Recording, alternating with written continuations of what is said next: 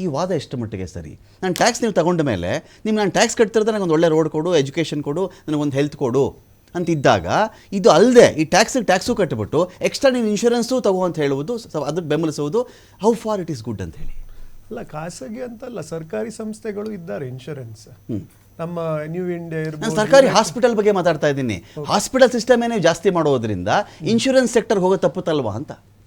ಅಲ್ಲ, ಇನ್ಶೂರೆನ್ಸ್ ನಮ್ಮ ದೇಶಕ್ಕೆ ಸೀಮಿತವಾದ ವಿಷಯ ಅಲ್ಲ. ನಾವು ಯಾವ ದೇಶದಲ್ಲೂ ನೋಡಿದ್ರು, ನಮ್ಮ ಅಮೆರಿಕ ಇರಲಿ, ಯುರೋಪ್ ಇರಲಿ, ಆಸ್ಟ್ರೇಲಿಯಾ ಇರಲಿ, ಅಲ್ಲಿ ಮಿಡ್ಲ್ ಈಸ್ಟ್ ಇರಲಿ, ಯಾವ ಮಟ್ಟಿಗಿದೆ ಅಂದರೆ ಮೆಡಿಕಲ್ ಟೂರಿಸಮ್ ಎಷ್ಟರ ಮಟ್ಟಿಗಿದೆ ಅಂದರೆ ಬೇರೆ ದೇಶದವರು ಇಂಡಿಯಾಗೆ ಬಂದು ಅವರ ಸರ್ಜರಿ ಮಾಡಿ ಹೋಗ್ತಾರೆ. ಯಾಕಂದ್ರೆ ಅಲ್ಲಿದು ನಮ್ಮ ಕಾಸ್ಟ್ ಏನಿದೆ, ಮೆಡಿಕಲ್ ಖರ್ಚು ಏನಿದೆ, ಅದರದ್ದು ಖರ್ಚು ಅವರಿಗೆ ಅಲ್ಲಿದು ಆಗದೆ ಇಲ್ಲೇ ಬಂದು ಅದನ್ನು ಮಾಡಿಸಿ ಹೋಗ್ತಾರೆ.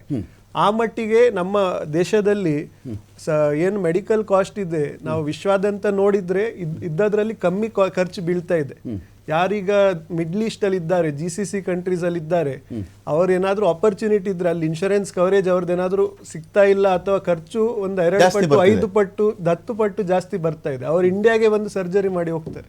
ಬಟ್ ನಮ್ಮ ಪಾಲಿಟಿಷಿಯನ್ಸ್ ಫಾರಿನ್ಗೆ ಹೋಗ್ತಾರೆ ಸರ್ಜರಿಗೆ. System it seems. ಅಲ್ಲ, ಡಿಪೆಂಡ್ಸ್ ಆನ್ ದ ಏನಂದ್ರೆ ನಮ್ಮ ಮೆಡಿಕಲ್ ಅಡ್ವಾನ್ಸ್ಮೆಂಟ್ ಯಾವ ಸ್ಟೇಜಿಗೆ ಹೋಗಿದೆ ಅಂತ. ಜನರಲ್ ಆಗಿ ಏನೆಲ್ಲ ಕಾಸ್ಟ್ ಇದೆ ಅದೆಲ್ಲ ನಾರ್ಮಲ್ ಇಲ್ಲೇ ಮಾಡ್ಬೋದು. ಮತ್ತೆ ತುಂಬಾ ಸೂಪರ್ ಸ್ಪೆಷಲೈಸ್ಡ್ ಕೆಲವು ಸರ್ತಿ ಏನಾಗಿದೆ, ನಮ್ಮ ರಿಸರ್ಚ್ ಎಲ್ಲ ಇನ್ನೂ ಆ ಮಟ್ಟಿಗೆ ಹೋಗಬೇಕು. ಸೊ ತುಂಬಾ ಸ್ಪೆಷಲೈಸ್ಡ್ ಅಡ್ವಾನ್ಸ್ಡ್ ಇದಕ್ಕೆ ಕೆಲವು ಸರ್ತಿ ಅಮೆರಿಕ, ಸಿಂಗಾಪುರ್ ಎಲ್ಲ ಹೋಗಿದ್ದ ಜನರು ಇದ್ದಾರೆ. ಬಟ್ ಆದ್ರೂ ಜನರಲ್ ಆಗಿ ನಾವು ನೋಡಿದ್ರೆ ನಾವು ಎಷ್ಟೋ ಕೇಸಸ್ ನೋಡಿದ್ದೇವೆ, ಮಿಡ್ಲ್ ಈಸ್ಟ್ ಇಂದ, US ಇಂದ, UK ಇಂದ ಮೆಡಿಕಲ್ ಟೂರಿಸಂ ಅದಕ್ಕೆ ತುಂಬಾ ಇಂಪ್ರೂವ್ ಆಗ್ತಾ ಇದೆ, ತುಂಬಾ ಸ್ಕೋಪ್ ಇದೆ ನಮ್ಮ ದೇಶದಲ್ಲಿ. ಈಗ ನಾನು ರಾಮನಾಥ್ ಅವ್ರು ಕೇಳ್ಬಿಡ್ತೀನಿ. ರಾಮನಾಥ್ ಅವರೇ, ಈಗ ಗೋಲ್ಡ್ ಡಾಲರನ್ನು ರಿಪ್ಲೇಸ್ ಮಾಡುತ್ತೆ ಅಂತ ಒಂದು ಚರ್ಚೆ ಶುರುವಾಗ್ಬಿಡ್ತು. ಇನ್ಮೇಲೆ ಡಾಲರ್ ಅಲ್ಲ ಗೋಲ್ಡ್ ಡಿಸೈಡ್ ಮಾಡುತ್ತೆ ಅನ್ನೋ ಚರ್ಚೆ ಶುರುವಾದ ಕಾಲದಲ್ಲಿ ಅಮೆರಿಕ ಅದಕ್ಕೊಂದು ಕರೆಕ್ಟಿವ್ ಮೆಷರ್ಸನ್ನು ತಗೊಳ್ತಾ ಬಂತು. ಈಗ ನಾನು ಬೇರೊಬ್ಬನ ಫೆಡ್ ಬ್ಯಾಂಕ್ಗೆ ಬೇರೊಬ್ಬ ಮುಖ್ಯಸ್ಥನ ನಾನು ನಿಯೋಜಿತ ಮುಖ್ಯಸ್ಥನಾಗಿ ನೇಮಿಸಿದ್ದೀನಿ ಅಂತ ಬಂದ ತಕ್ಷಣ all of a sudden gold ಒಂದು ಕಡೆ ಇಳೀತು. ಸೊ ಫ್ಯೂಚರ್ ಹೇಗೆ? ಇದೇ ದಿಕ್ಕಲ್ಲಿ ನಾವು ಹೋದಾಗ ಇದರಿಂದ ಇಂಡಿಯಾಗೆ ಏನಾದರೂ ಪ್ಲಸ್ ಆಗುತ್ತಾ ಅಥವಾ ಮೈನಸ್ ಆಗುತ್ತಾ? ಇದು gold dollar currently global economic factor ಸ್ವಲ್ಪ ಜಾಸ್ತಿ more than the Indian budget. ಲಾಸ್ಟಲ್ಲಿ ಕೇಳಿ ಅಂತ ನಿಮ್ಮ ಲೀಸ್ಟ್ ಅಂತ ಅನ್ಕೋಬಿಡಿ. ಇಲ್ಲ ನೋ, ವಾಟ್ ಈಸ್ ಹ್ಯಾಪನಿಂಗ್, ನಮ್ದು ಗೋಲ್ಡು ಮತ್ತು ಡಾಲರ್ ಇವಾಗ ದ ಜಿಯೋಪೊಲಿಟಿಕಲ್ ಟೆನ್ಷನ್ಸ್ ಇಂದ ಇಟ್ ಈಸ್ ರೇಟ್ ಜಾಸ್ತಿ ಆಗ್ತಿರೋದು, ಕಮ್ಮಿ ಆಗ್ತಿರೋದು. It is more than that. ಯಾಕಂದರೆ ಚೈನಾ ಜಾಸ್ತಿ ಖರೀದಿ ಮಾಡ್ತಾ ಇದೆ gold, because they don't trust dollar ಅಂತ. So because of that gold rate ಎಲ್ಲ ಜಾಸ್ತಿ ಆಗ್ತಾ ಹೋಯಿತು.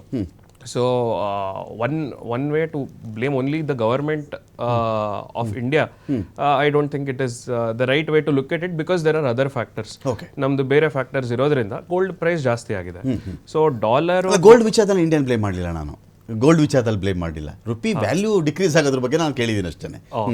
So rupee value one silver lining ಏನಂದ್ರೆ ನಮ್ದು ಎಕ್ಸ್ಪೋರ್ಟ್ಸ್ ಕೂಡ ಜಾಸ್ತಿ ಆಗ್ತಿದೆ. ಎಕ್ಸ್ಪೋರ್ಟ್ಸ್ ಜಾಸ್ತಿ ಆಗ್ತಿರೋದ್ರಿಂದ for the dollar that I am earning I am getting more rupee. So that is one way to look at it. That is saying that is the silver lining. But I agree for ಒಂದು common man ಇದ್ದಾಗ ಅವನೇನಾದರೂ ತಗೋಬೇಕು ಮಾಡಬೇಕು ಅಂತ ನೀವು ಹೇಳಿರೋ ಪ್ರಕಾರ, so ನಾವು ಜಾಸ್ತಿ ರೂಪಾಯಿ ಕೊಟ್ಬಿಟ್ಟು ಕಮ್ಮಿ ಡಾಲರ್ ಬರ್ತಿದೆ. ಬಟ್ ಎಕ್ಸ್ಪೋರ್ಟ್ ಇದರಿಂದ ನೋಡಿದಾಗ foreigners we are doing a lot of software exports, ಇನ್ನೊಂದು ಮತ್ತೊಂದು.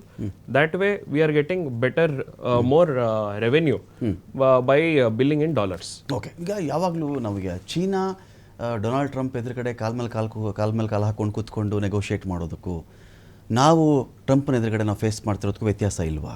ಏಕೆಂದರೆ ಚೀನಾದ ಪವರು ಮ್ಯಾನುಫ್ಯಾಕ್ಚರಿಂಗ್ ಸೆಕ್ಟರ್, ನಾವು ಕ್ಯಾಪೆಕ್ಸ್ ಬಂಡವಾಳ ಹೂಡಿಕೆ, ಅಂದರೆ ಕ್ಯಾಪಿಟಲ್ ಎಕ್ಸ್ಪೆಂಡಿಚರ್ ಕಡೆಗೆ ಪುಂಖಾನುಪುಂಖ ಭಾಷಣ ಮಾಡಿಬಿಡ್ತೀವಿ. ನಾವು ಅಲ್ಲಿ ಹೂಡಿಕೆ ಮಾಡೋದು, ಇಲ್ಲಿ ಹೂಡಿಕೆ ಮಾಡ್ತಾ ಇದ್ದೀವಿ ಅಂತೇಳಿ.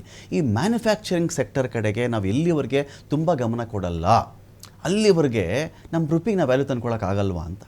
25 ರೂಪಿ ಚೀನಾದ ಟೋಟಲ್ ಅವರ ರೆವಿನ್ಯೂಯಲ್ಲಿ ಅಂದರೆ ನಾನು ಇಂಡಿಯನ್ ಕರೆನ್ಸಿಲಿ ಮಾತಾಡ್ತಾ ಇದ್ದೀನಿ, 25% ಬರ್ತಿರೋದೇ ಅಮೆರಿಕಾಯಿಂದ. ಅಂತ ಅಮೆರಿಕ ಟ್ಯಾಕ್ಸ್ ಆಗ್ತದೆ, ನಾನು ನಿಂಗೆ ಟ್ಯಾಕ್ಸ್ ಆಗ್ತೀನಿ ಅನ್ಬೇಕಾದಾಗ ಆ ನೆಗೋಷಿಯೇಷನ್ ಪವರ್, ಆ ಬಾರ್ಗೇನಿಂಗ್ ಪವರ್ ಚೈನಾಗೆ ಜಾಸ್ತಿ ಇದೆ.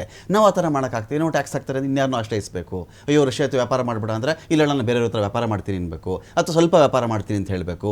ಈ ಸ್ಥಿತಿಲಿ ನಾವು ಯಾಕಿದ್ದೀವಿ ಅಂತ